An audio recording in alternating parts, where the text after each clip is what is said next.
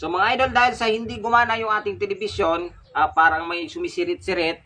So aking na diagnose na sira yung kanyang flyback. Ito kadalasan kasi mga sira sa ating mga CRT television, lalong-lalo na kapag China board po yung nakakabit. So subukan kong magkabit ng flyback na pull out. Ito siya. So ikakabit ko to para malaman ko kung tama ba yung ating hinala na flyback nga yung sira.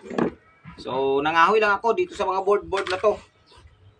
Importante mapagana ko to dahil sa kailangan ng customer to. Palitan ko na lang ng CRT cap dahil lang yung CRT cap niya sira na rin. Nagbibritol na. Kita nyo naman. Pagpalit ko na lang yung CRT cap nito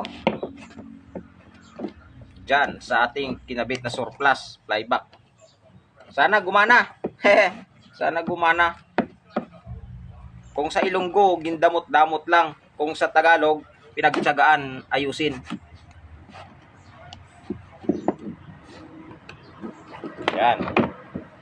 So, palit tayo ng CRT cap.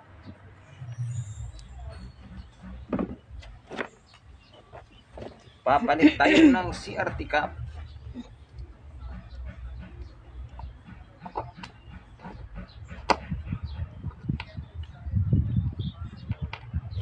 Yan.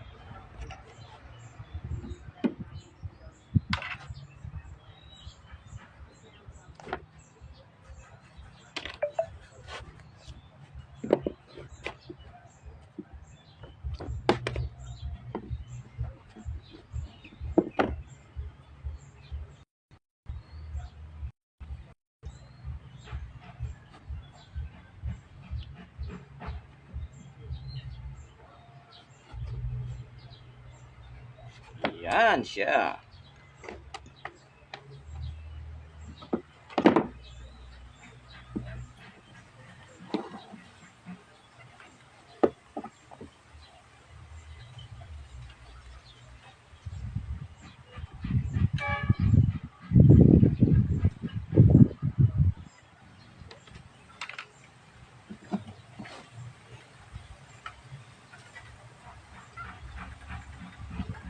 Yan. Tapos, hila.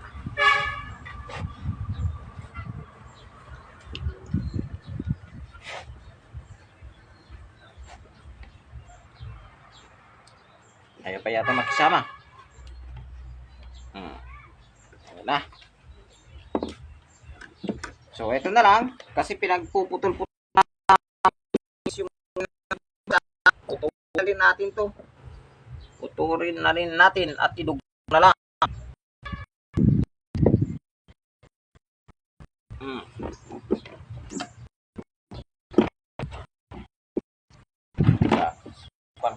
Pwede pa ito magkabit.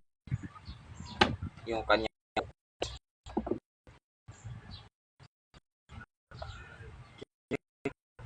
Hindi na po pwede. Dugtong na rin.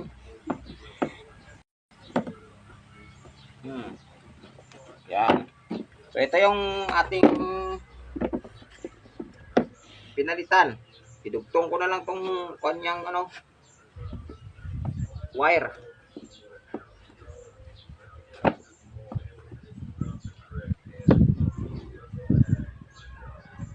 Ito yung tinatawag radio general kung sa Ilonggo.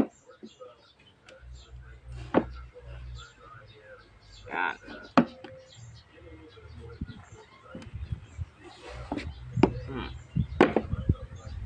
Tapos idugtong.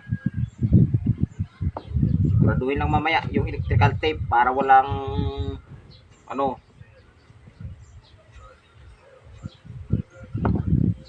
walang lalabas na kuryente. At tayo'y maghihinang na. Tama na. Mas gutip ito ma. Ayan, so dahil sa sa palitan natin ng flyback at saka nabuksan na natin to, kadalasan kong ginagawa, ewan ko kung tama tong ginagawa ko sa mga master na technician dyan. Pero dahil sa wala akong silicone, ito yung ginagamit ko. Grasa. Para hindi sumingaw yung kuryente. Base lang naman to sa mga natitingnan-tingnan ko rin. Yan. So, ganito tayo magkabit ng cup, CRT cup kung tawagin. Yan. Dahil sa na-discharge na natin to kanina, safety na tayo, wala na tayong problema na kunwari makukuryente pa tayo. Kasi itong portion na to, delikado to, sabi ng teacher ko. Kaya sabi niya, ingat, ingat. So, siyempre, masunurin tayo kay teacher, kaya nag-iingat tayo. Ngayon, balik symbol na naman tayo ulit. Trial and error. Ha, ito yung technician na nagta-trial and error lang. Sabi nga, kung matsambahan, pera. Kung hindi matsambahan, sakit. Pasensya. Kung matsambahan, pera. Kung hindi matsambahan, pasensya.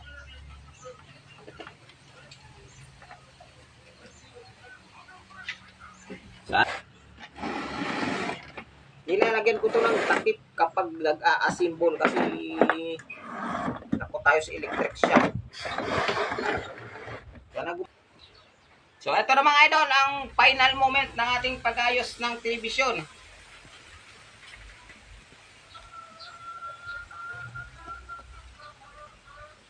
Ayan, sino yung nakikita? Lumalabas na siya.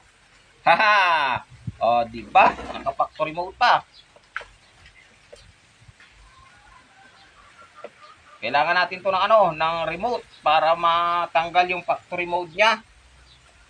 So, kailanganin lang natin ng remote control. So, thank you so much sa inyong panonood.